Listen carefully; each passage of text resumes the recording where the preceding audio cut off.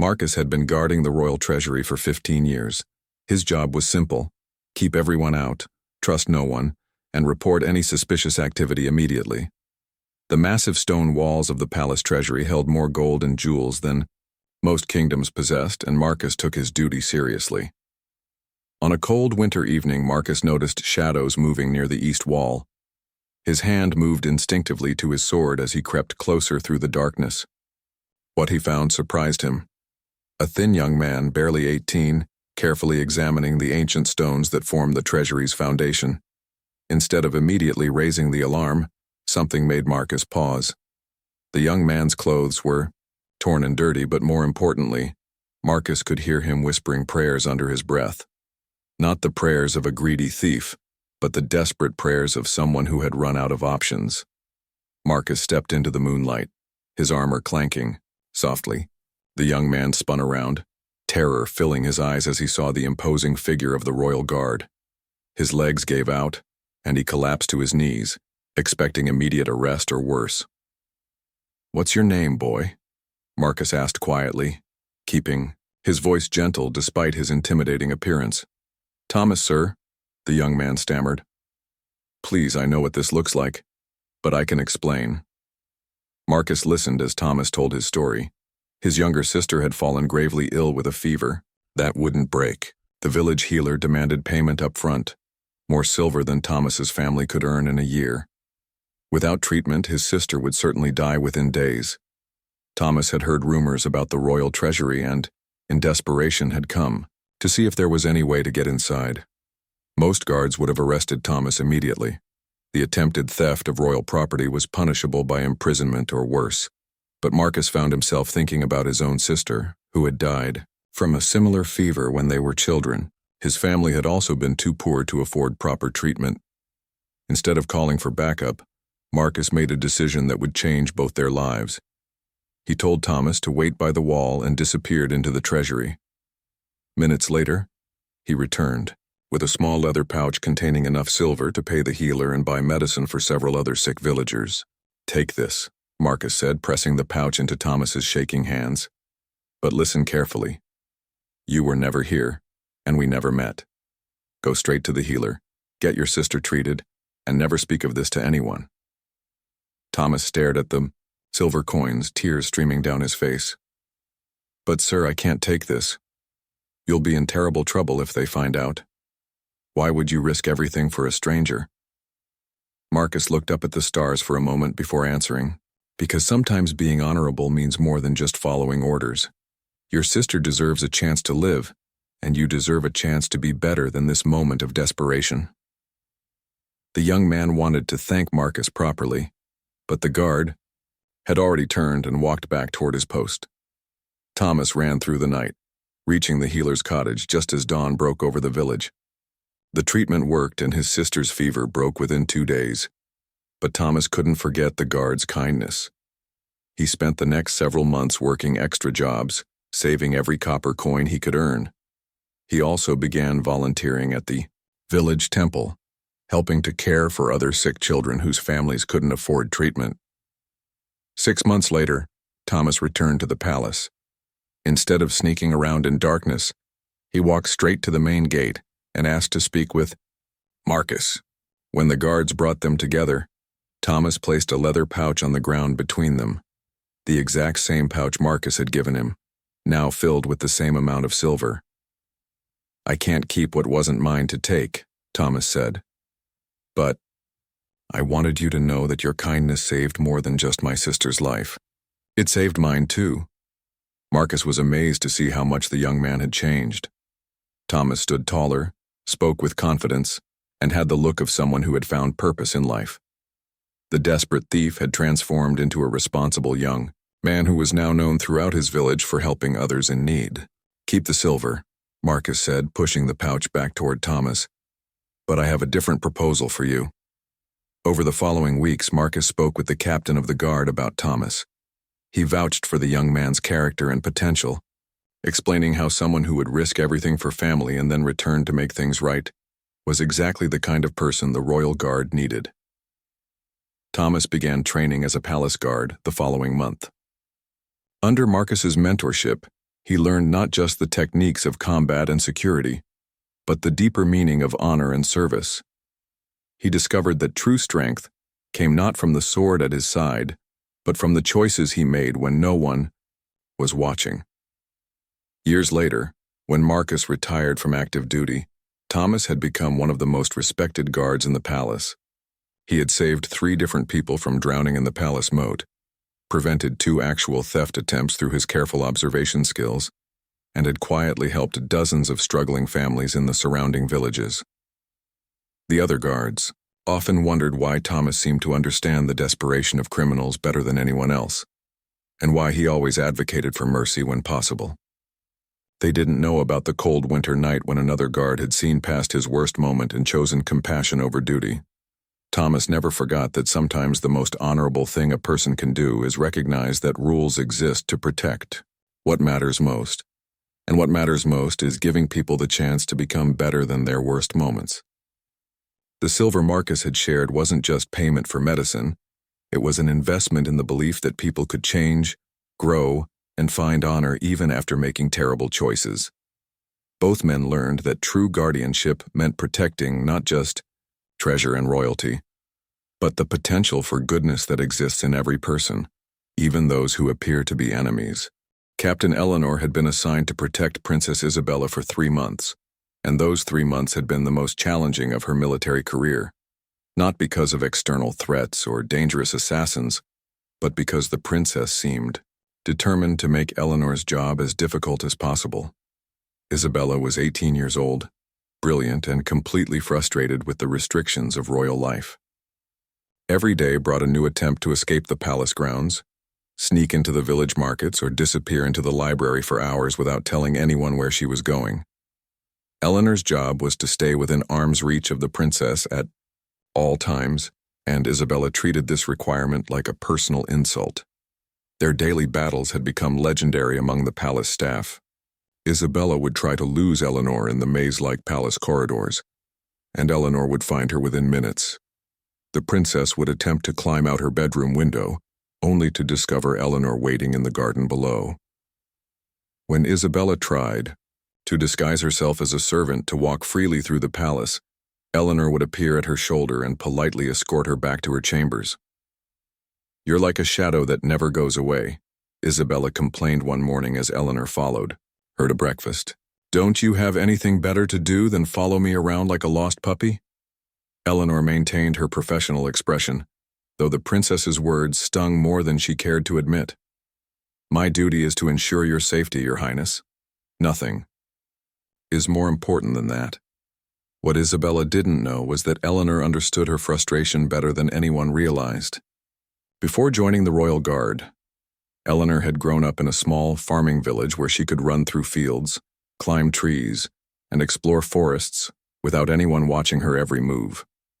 She knew what it felt like to lose that freedom, even when the cage was made of gold and silk.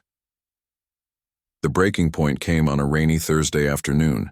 Isabella had been particularly difficult that day, making 3 separate escape attempts and refusing to speak to Eleanor, except to make cutting remarks about her prison warden. As evening approached, Eleanor was exhausted and frustrated, but she remained at her post outside Isabella's chambers. Around midnight, Eleanor heard unusual sounds coming from the princess's room. Instead of the usual sounds of someone reading or preparing for bed, she heard what sounded like someone crying. Eleanor's first instinct was to check on Isabella's safety, but she hesitated. The princess had made it clear that she wanted privacy above all else. But the crying continued, growing more distressed with each passing minute. Eleanor's duty to protect Isabella went beyond physical threats, and she could tell something was seriously wrong. She knocked softly on the door. "Your Highness, are you well? May I come in?" "Go away." Isabella's voice was thick with tears and muffled by what sounded like pillows. Eleanor made a decision that went against protocol. Instead of respecting the princess's demand for solitude, she opened the door and stepped inside. What she found broke her heart completely. Isabella was sitting on her bed, surrounded by letters and documents, crying so hard she could barely breathe. The papers scattered around her appeared to be correspondence about her upcoming arranged marriage to a prince from a neighboring kingdom, a prince she had never met and clearly had no desire to marry. Eleanor had known about the engagement negotiations, but seeing Isabella's raw pain made her realize how terrifying and isolating this must feel for someone so young. The princess wasn't just being difficult or rebellious. She was terrified of losing control over her entire future. For the first time in 3 months, Eleanor forgot about protocol entirely. She sat down on the bed next to Isabella, careful not to disturb the important papers, and simply waited. "I'm sorry," Isabella whispered between tears. "I know I've been awful to you, but I just feel so trapped. Everyone makes decisions about my life except me. Where I go, who I marry, what I wear, what I eat, even when I can be alone. And now they want to send me away to marry someone who might be cruel or stupid, or who might hate me as much as I'll probably hate him." Eleanor thought carefully before responding. She could offer empty reassurances about duty and royal obligations, or she could be honest about her own experiences and feelings. "Would you like to hear a story about a farm girl who thought she knew what freedom meant?" Eleanor asked quietly, over. The next hour, Eleanor told Isabella about her childhood, her decision to join the military, and her own struggles with duty versus personal desires. She explained how she had learned that sometimes the greatest strength comes from finding ways to make meaningful choices within the constraints life gives us. More importantly, Eleanor began sharing information that could actually help Isabella prepare for her future. She had served in diplomatic missions to the neighboring kingdom and had met Prince Alexander several times. Contrary to the princess's fears, Alexander was known for being kind, intelligent, and genuinely interested in learning about other cultures. He had specifically requested information about Isabella's interests and hobbies because he wanted their first meeting to be comfortable for her. "Why didn't anyone tell me this before?" Isabella asked, wiping her eyes. Eleanor smiled sadly. "Because everyone assumed you already knew, or they thought it wasn't important, or they were so focused on the political advantages that they forgot you're a real person with real feelings." From that night forward, everything changed between them. Instead of trying to escape Eleanor, Isabella began asking her questions about the world beyond the palace walls. Eleanor shared stories from her travels, taught Isabella practical skills like how to read people's intentions, and how to defend herself if necessary, and most importantly, helped her understand that being a princess could be a source of power, rather than just a burden. Eleanor also began advocating for Isabella within the palace hierarchy. She convinced the king to allow Isabella more freedom to explore the palace grounds and to participate in diplomatic meetings where she could learn about statecraft. When Isabella expressed interest in visiting the local orphanage, Eleanor arranged for secure but discreet visits that allowed the princess to do meaningful charitable work. As Isabella's wedding day approached, she was nervous, but no longer terrified. Eleanor had helped her prepare by teaching her about Alexander's kingdom, his interests, and his reputation for treating his people fairly. More importantly, Eleanor had helped Isabella develop confidence in her own judgment and abilities. On the morning of Isabella's departure for her new kingdom, she asked Eleanor to walk with her to the royal carriage. As they stood together in the courtyard, Isabella turned to face the woman who had become her friend, mentor, and protector. "I have a confession," Isabella said with a smile. "I never actually hated you. I just hated feeling powerless. And you were the most obvious symbol of all the things I couldn't control. But you taught me that having someone watching over you isn't the same thing as being imprisoned, especially when that person actually cares about your happiness." Eleanor felt tears gathering in her eyes as Isabella continued. "I've asked Alexander if you can visit us after we're settled. I want you to see that the scared girl you helped is going to become a queen who remembers what it means to show kindness to people who feel trapped and powerless." The princess, who had once tried to escape Eleanor's protection, now hugged her tightly, grateful for a guard who had protected not just her body, but her spirit and her hope for the future. Eleanor realized that sometimes the greatest act of service is helping someone discover their own strength, rather than simply shielding them from every challenge they might face. The battle had been raging for 2 days when Lieutenant James found the enemy soldier lying wounded in the forest, just beyond the palace grounds. The man wore the distinctive blue and silver uniform of the Northern Kingdom's army, marking him as one of the invaders who had been trying to breach the capital's defenses. James's first instinct was to either capture the soldier for interrogation or finish him off to prevent him from reporting back to his commanders. The man was clearly dying from a deep wound in his chest, blood seeping through his fingers as he pressed them against the injury in a futile attempt to stop the bleeding. But something made James pause. Perhaps it was the way the enemy soldier looked so young, barely older than James's own son. Or maybe it was the fact that the man wasn't reaching for his weapon or trying to crawl toward the palace. Instead, he was clutching something small against his chest with his free hand, whispering words that James couldn't quite understand. James approached carefully, his sword still drawn but lowered. As he got closer, he could see that the wounded soldier was holding a small wooden carving, a horse painted in bright colors that had been worn smooth by countless touches. The man's lips were moving in what sounded like a prayer, but the words were mixed with what appeared to be a child's. Anna, are you carrying a message for your commanders?" James asked in the common tongue that both kingdoms used for trade. The dying soldier looked up at James with eyes that held no hatred or defiance, only sadness and pain. "No messages," he whispered. Just trying to get home. My daughter. She made this for me." He held up the wooden horse with a trembling hand. "She's only 6. Told me it would keep me safe and bring me back to her." James felt something tight and uncomfortable settle in his chest. He had been fighting the Northern Kingdom's forces for weeks, thinking of them as faceless enemies who threatened his homeland. But this wounded man wasn't a threatening warrior or a ruthless invader. He was a father who missed his little girl and was dying far from home. "What's your name?" James asked, crouching down beside the soldier but keeping his weapons within reach. "David," the man replied. "David Millerson from Westbrook Village. I'm a blacksmith by trade. Never wanted to be a soldier, but when they drafted every man over 16... His voice trailed off as a coughing fit shook his body, bringing up more blood. James realized that David wasn't going to live much longer. The chest wound was too severe, and they were too far from any healer who might be able to help. The honorable thing would be to either end David's suffering quickly or simply walk away and let nature take its course. Instead, James found himself sitting down in the dirt next to his enemy, setting his weapons aside where David could see them but couldn't reach them. "Tell me about Anna," James said quietly. David's face brightened despite his pain. "She's the smartest little girl in the village, always asking questions about how things work, always making up stories about the horses I shoe at the smithy.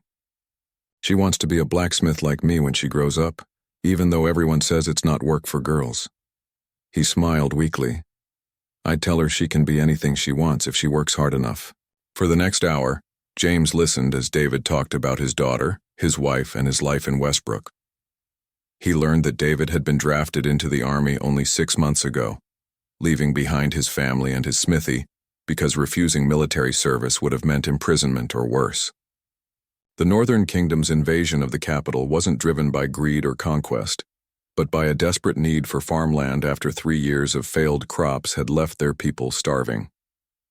As David grew weaker, he began to worry aloud about what would happen to his family if he didn't return home.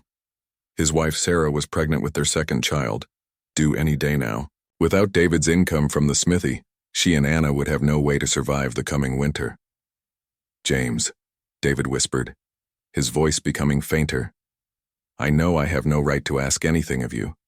You're my enemy, and I came here to fight against your people. But would you do something for me?" James found himself nodding before he even knew what David was going to request. David pressed the wooden horse into James's hand, along with a small silver locket that had been hanging around his neck. If your side wins this war, and if you ever have the chance, and could you somehow get these back to Anna? She lives with her mother Sarah on Smith Street in Westbrook. The locket has a picture of Anna inside. I want her to know that I was thinking of her at the end, and that I'm sorry I won't be there to see her grow up." James stared at the small treasures in his palm. Taking them would mean making a promise he might never be able to keep. It would also mean acknowledging that the enemy soldier dying beside him was a real person, with a real family who would grieve for him. "I'll find a way," James promised. "Even if it takes years, I'll make sure Anna knows her father loved her." David closed his eyes and smiled. "Thank you, you're a good man, James. I'm glad these were my last words with someone who understood." David died peacefully as the sun was setting, still holding James's hand. James buried him in the forest with his weapons and his uniform, marking the grave with stones arranged in the shape of a cross. He kept the wooden horse and the locket, tucking them safely into his pack. The war ended 2 weeks later with a negotiated peace treaty rather than total victory for either side. Both kingdoms had suffered heavy losses, and their leaders realized that continued fighting would destroy them both. As part of the peace agreement, there would be trade between the kingdoms and opportunities for people to travel back and forth. It took James 8 months to arrange leave from his duties and permission to travel to the northern kingdom. When he finally reached Westbrook Village. He found Smith Street easily enough. The blacksmith shop was closed and looked abandoned, but neighbors directed him to a small cottage at the end of the road. Sarah Millerson answered the door carrying a baby boy who had David's dark eyes. Standing beside her was a little girl with blonde braids who was indeed holding a wooden hammer and asking questions about everything she could see. "Are you Anna?" James asked, kneeling down to the child's level. When she nodded, James pulled out the wooden horse and the locket. "I have something that belongs to you. Your father wanted me to make sure you got these back, and he wanted you to know that he loved you very much." Anna took the familiar toys with wide eyes, and Sarah gasped when she saw the locket. Through tears, James told them about David's last day, how he had fought bravely but thought only of his family at the end. He gave Sarah the money he had saved, over the past months, enough to reopen the smithy and hire someone to help run it. As James prepared to leave Westbrook, Anna ran after him and pressed something into his hand. It was a small wooden soldier, painted in the colors of James's kingdom, "For you to remember us," she said. "And so you know that some soldiers are friends even when they're from different places." James carried that wooden soldier for the rest of his life, a reminder that enemies were often just people who had been caught on different sides of circumstances beyond their control, and that honor sometimes meant keeping promises to those who should have been friends instead of foes. Sir Richard had been patrolling the palace halls for nearly 20 years, and he thought he knew every sound the ancient building made. The creaking of old wooden floors, the whisper of wind through stone corridors, the distant clatter of servants, beginning their daily work before dawn.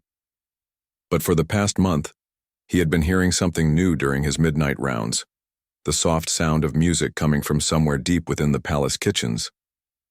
At first, Richard assumed it was one of the cooks humming while they prepared bread for the morning meal. But as he listened more carefully night after night, he realized the music was too complex and beautiful to be casual humming. Someone was playing an instrument with remarkable skill, creating melodies that seemed to float through the empty corridors, like something from a dream. His curiosity finally got the better of him. Instead of continuing his usual patrol route, Richard made his way quietly toward the kitchen areas, following the sound of music through the maze of preparation rooms, storage areas, and servant quarters that made up the working heart of the palace. The music led him to a small room that was usually used for storing sacks of flour and barrels of cooking oil. Tonight, the room had been transformed into something magical.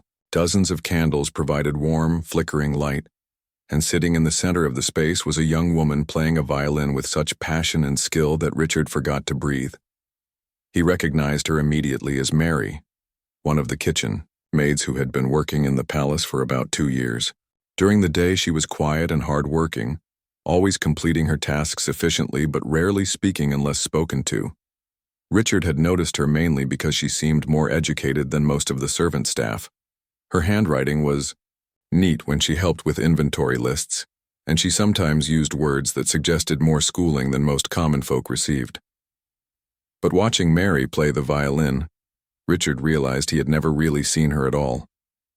The tired, submissive kitchen maid had vanished, replaced by an artist whose music spoke of dreams, longings, and a spirit that refused to be contained by her circumstances. Mary was so lost in her music that she didn't notice Richard standing in the doorway until she finished the piece and looked up to find him watching her.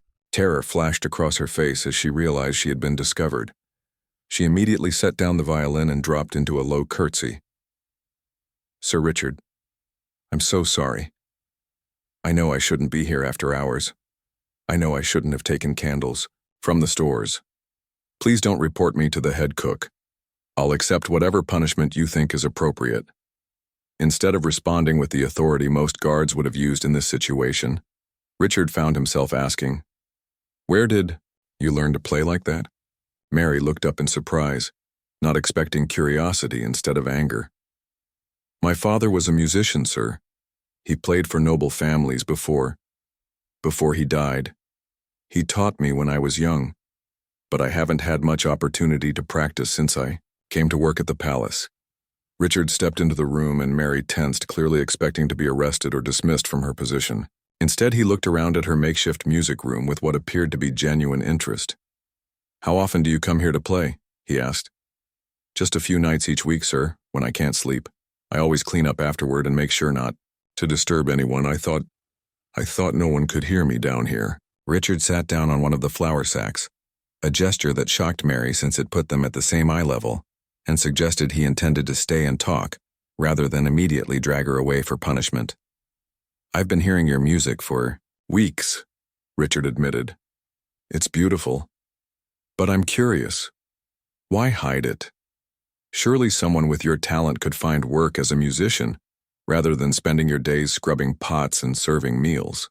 The question seemed to pain Mary more than the fear of punishment had. "Women aren't often hired as musicians, sir, especially not women from common families. And even if they were, I would need proper instruments, sheet music, and opportunities to audition for wealthy patrons, all things that require money I don't have." Richard nodded thoughtfully. He had spent enough years observing palace life to understand how few options were available to someone in Mary's position. Talent meant nothing without opportunity, and opportunity usually required connections or wealth that were impossible for servants to obtain. "What would you do if you could choose any life you wanted?" Richard asked. Mary's eyes lit up with a dream she rarely allowed herself to think about.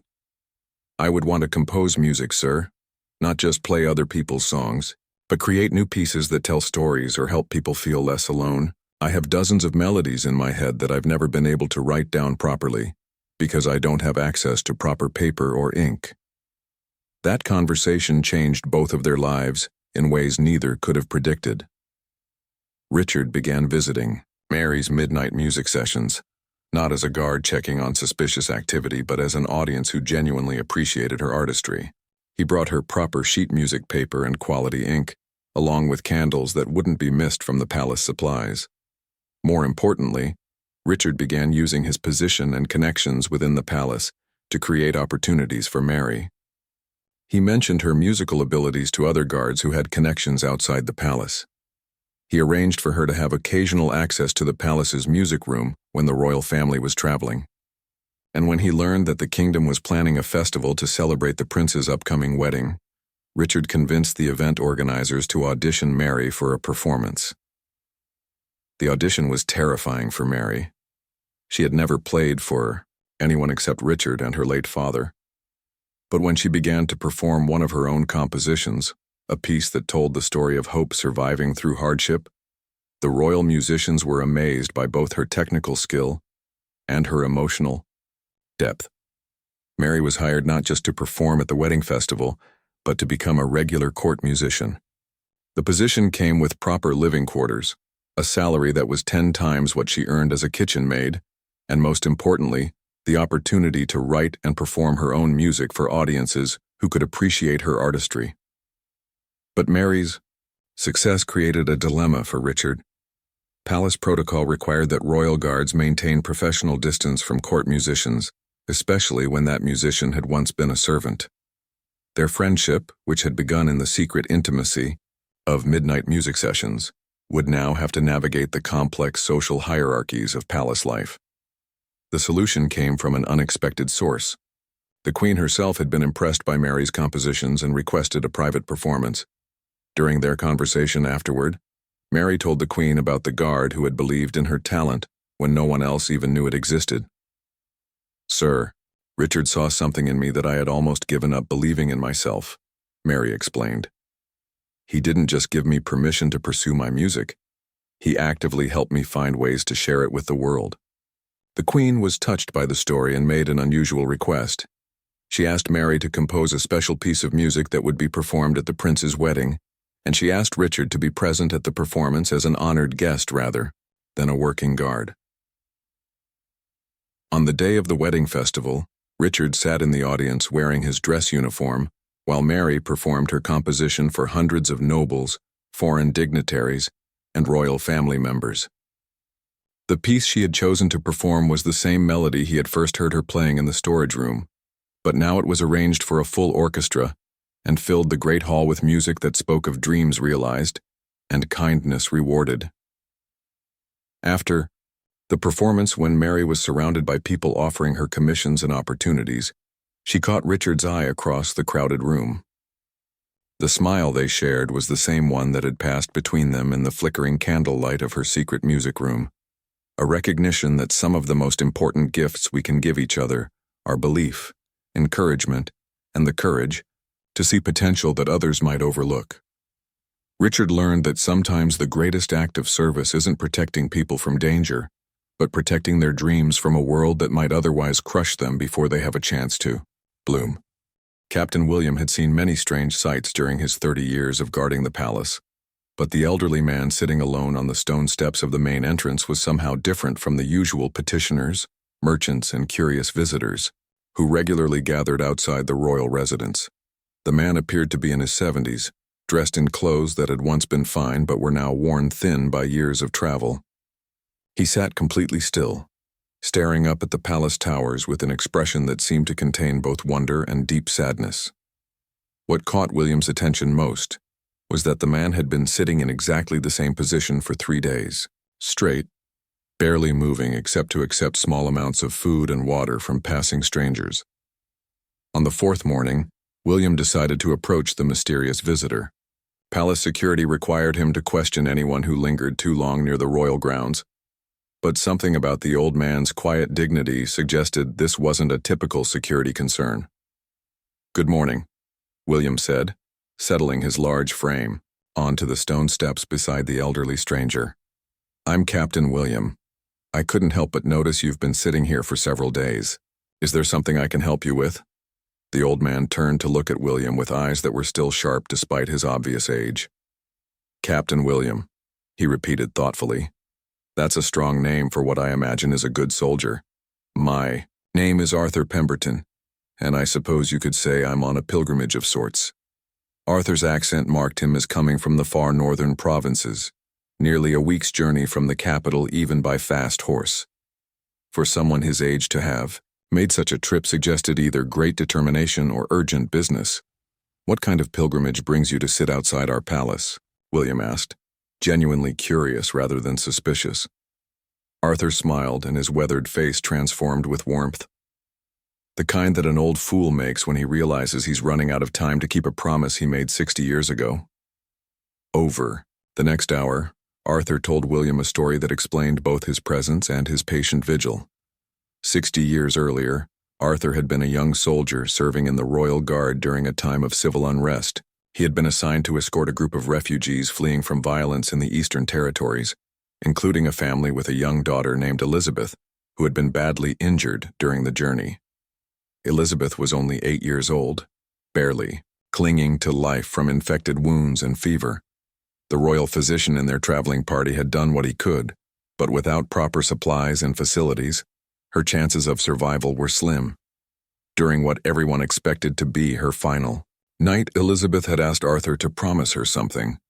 "She wanted me to promise that if she died, I would come back to the palace someday and light a candle for her in the royal chapel," Arthur explained. She had heard that candles lit in the king's chapel carried prayers directly to heaven, and she wanted to make sure her parents would be able to find her there if something happened to them too. Arthur had made the promise easily, expecting to keep it within a few weeks when their group reached the capital. But Elizabeth had survived the journey, recovered from her injuries, and gone on to live a full life in the Eastern Territories. Arthur had remained in military service, eventually retiring to a small farm where he had raised his own family and largely forgotten about the promise made to a dying child who hadn't died after all. Last month I received word that Elizabeth had passed away peacefully in her sleep, Arthur continued. She was surrounded by her children and grandchildren, having lived to be 68 years old. But according to her daughter, Elizabeth, never forgot that promise either.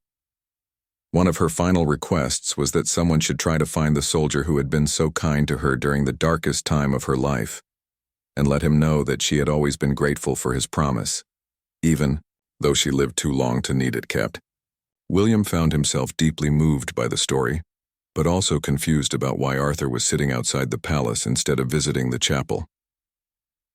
"The problem," Arthur said with a rueful laugh, "is that I no longer have any official standing that would allow me access to the royal chapel.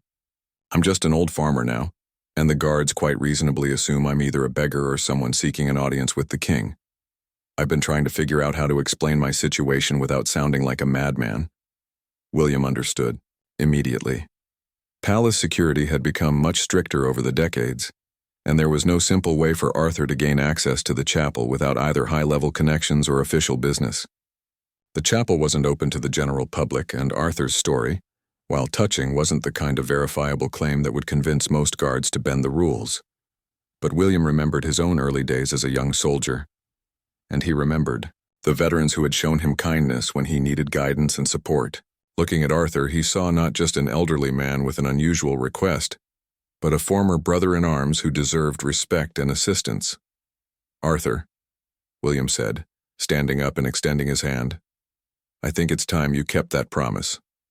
William used his authority as captain to escort Arthur through the palace gates and into the sacred halls that led to the royal chapel. As they walked through corridors lined with portraits of kings and queens, Arthur moved slowly but with obvious reverence for the grandeur around him. The royal chapel was a masterpiece of stained glass and carved stone, with dozens of prayer candles already flickering along the altar rails. William led Arthur to a quiet corner where a rack of unlit candles waited for visitors who wished to offer prayers or remembrances. Arthur's hands shook slightly as he selected a white candle and lit it from one of the existing flames. As the new light joined the others, he closed his eyes and whispered what sounded like a prayer, but William caught fragments that sounded more like a conversation. "Elizabeth, I told you I would light this candle for you, and I'm sorry it took me 60 years to get here. I hope you found your parents again wherever souls meet after this life, and I hope you knew that keeping promises matters, even when the world changes around us."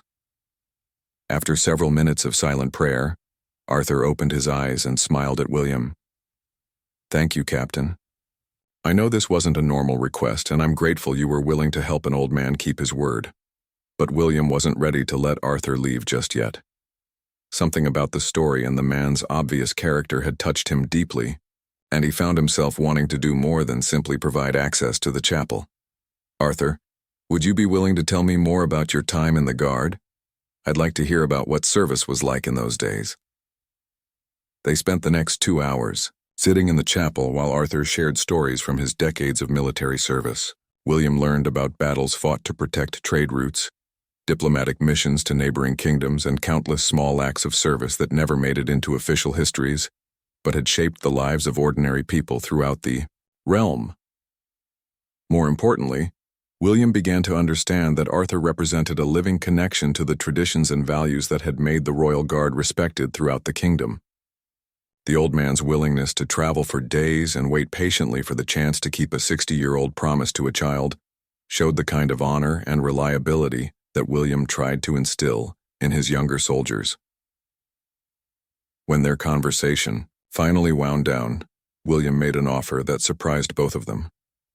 "Arthur, I know you're probably eager to return home, but would you consider staying at the palace for a few days as my guest? Some of my younger guards could benefit from hearing your stories and learning from your experience." Arthur looked uncertain. "I appreciate the offer, Captain, but I'm not sure what wisdom an old farmer would have for modern soldiers." The world has changed considerably since my time. William smiled. The weapons and tactics may have changed, but the heart of service remains the same. And frankly, some of my men could use a reminder that being a guard means more than just following orders and looking intimidating. Over the following week, Arthur became an unofficial mentor to several of the younger guards. He didn't lecture them about duty or honor. Instead, he told them stories about real situations where guards had to make difficult choices about how to balance their responsibilities with their humanity. The young soldiers were fascinated by Arthur's tales of guards who had risked their careers to help refugees, who had shown mercy to defeated enemies, and who had found ways to serve both their king and their own consciences when the two seemed to conflict. These weren't the sanitized heroic stories they heard in official training, but real accounts of men who had struggled with the same questions about duty and compassion that every guard faced. One evening, as Arthur sat with a group of guards, around a fire in the palace courtyard, a young soldier named Peter asked him a question that had been troubling many of them. "Arthur, how do you know when it's right to bend the rules for someone? Captain William bent the rules to help you keep your promise, but how do we know when that's the honorable thing to do and when it's just being weak or irresponsible?" Arthur considered the question carefully before answering. "I think the key is asking yourself whether your action serves something larger than your own comfort or convenience." When Will. Sergeant Michael had been working the palace market detail for 5 years, and he prided himself on being able to spot trouble before it started. His job was to maintain order during the weekly markets held in the palace courtyard, where approved merchants could sell their goods to palace staff, visiting nobles, and occasionally members of the royal family themselves. The markets were usually peaceful affairs, but they required constant attention to prevent theft, resolve disputes between vendors, and ensure that only authorized merchants were allowed to set up stalls. Michael knew most of the regular sellers by name and could identify suspicious behavior from across the crowded courtyard. That's why he immediately noticed when a young woman began visiting the markets every week but never purchased anything, never spoke to any of the merchants, and always positioned herself where she could watch one particular fabric stall without being easily observed. The fabric stall belonged to Master Henrik, one of the most successful merchants in the kingdom. Henrik specialized in imported silks and fine woolens, and his customers included some of the wealthiest families in the capital. He was known for his fair prices, excellent quality, and honest business practices, which made him popular with both customers and other merchants. The young woman watching Henrik's stall appeared to be about 16 years old, well-dressed but not wealthy, and she carried herself with the kind of careful dignity that suggested she was trying to appear more confident than she actually felt. What puzzled Michael was that she seemed to be studying Henrik himself rather than his merchandise, and there was something in her expression that looked like longing mixed with fear. After observing this pattern for several weeks, Michael's curiosity overcame his usual policy of not interfering unless there was obvious trouble brewing. During a quiet moment between customer rushes, he approached the young woman as she stood at the edge of the market square. "Good morning, miss," Michael said, keeping his tone friendly rather than authoritative. "I'm Sergeant Michael, and I help maintain order during the markets. I couldn't help but notice you've been attending our weekly markets for some time. Is there something specific you're looking for? Perhaps I could help you find a merchant who carries what you need." The young woman looked startled and immediately took a step backward, as if preparing to flee. "Oh, no, sir. I don't need anything specific. I just enjoy watching the merchants and seeing all the fine goods they bring from other kingdoms." Her answer was polite, but obviously incomplete. Michael had learned to read people during his years of guard duty, and everything about her body language suggested she was hiding something important, but rather than pressing her with more direct questions, he decided to try a different approach. "The markets can be quite fascinating," Michael agreed. "I've learned a great deal about trade and craftsmanship just from listening to the merchants talk about their work. Master Henrik, for instance, has taught me more about fabric quality than I ever thought I'd want to know." He gestured toward the fabric stall. "He's one of our finest merchants. Honest, skilled, and generous to customers who are having financial difficulties." At the mention of Henrik's name, the young woman's careful composure cracked slightly. her eyes filled with tears that she quickly tried to blink away and her hands clenched into fists at her sides. "Yes," she whispered. "I'm sure he's a very good man." That response told Michael everything he needed to know. This wasn't a case of suspicious behavior or potential theft. This was personal, and it involved some kind of connection between the young woman and Henrik that she was afraid to pursue directly. "Miss," Michael said gently, "forgive me if I'm overstepping, but you seem upset when we talk about Master Henrik. Is there some problem between you two? Some dispute about merchandise or payment? If so, I might be able to help resolve it." The young woman shook her head quickly. "No, there's no dispute. Master Henrik doesn't even know who I am, and that's the problem." Over the next few minutes, Michael listened as the young woman told him a story that explained both her weekly visits and her obvious distress. Her name was Catherine, and she was the daughter of a merchant who had died 6 months earlier, leaving behind substantial debts and a family struggling to survive. But Catherine's connection to Henrik went back much further than her father's recent death. 18 years earlier, Catherine's mother had worked as a seamstress in Henrik's shop. She had been young, unmarried, and desperately in need of steady employment when Henrik had hired her despite her lack of experience. "My mother always told me that Henrik saved our lives by giving her that job," Catherine explained. "But she also told me that Henrik was my father, and that he had asked her to leave the shop when she became pregnant, because having an unmarried mother working for him would have damaged his reputation with his customers." Catherine had grown up believing that Henrik was her father, but also believing that he had abandoned them to protect his business interests. Her mother had never asked him for financial support, and had eventually married Catherine's stepfather, who had raised Catherine as his own daughter. Now, with both her stepfather and mother gone, Catherine found herself drawn to the weekly markets by a desperate desire to see the man she believed was her biological father, even though she was terrified of actually approaching him. "I don't know what I want from him," Catherine admitted. "I don't need money or support. I'm old enough to take care of myself.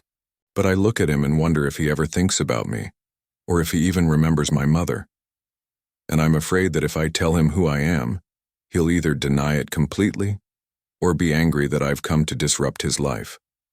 Michael found himself in a delicate situation that went far beyond his normal duties as a market guard. Catherine's story could be true, partly true, or completely mistaken.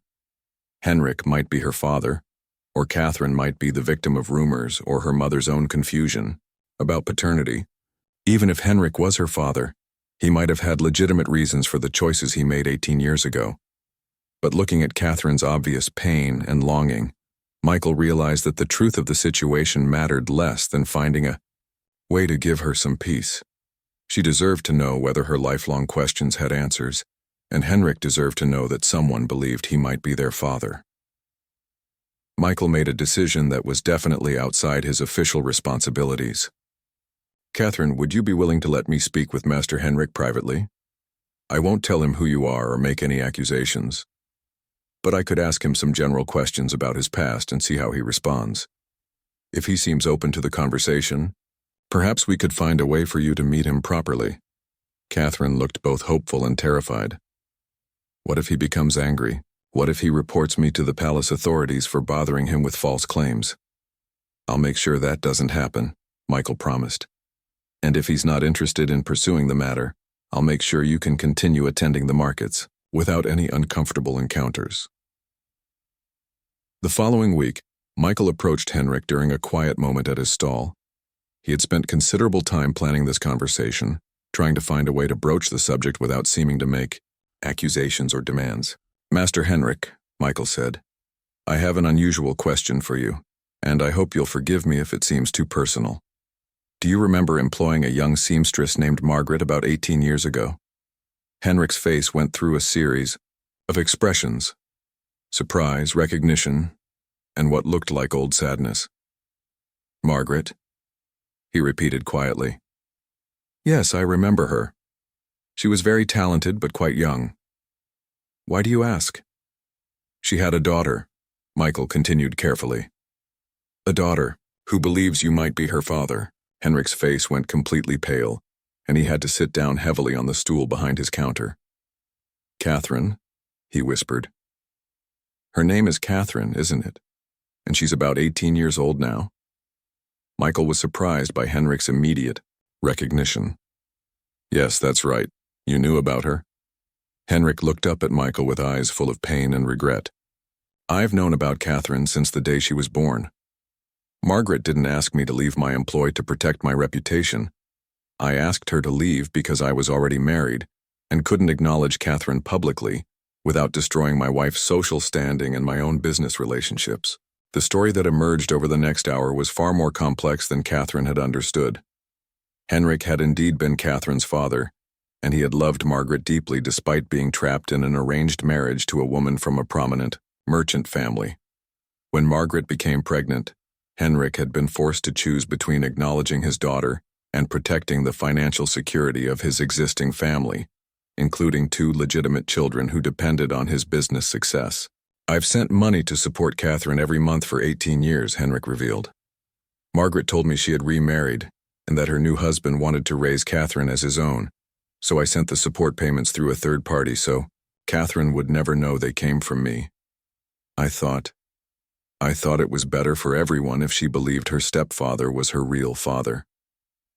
Henrik had been watching Catherine during her weekly visits to the market, recognizing her immediately because of her striking resemblance to both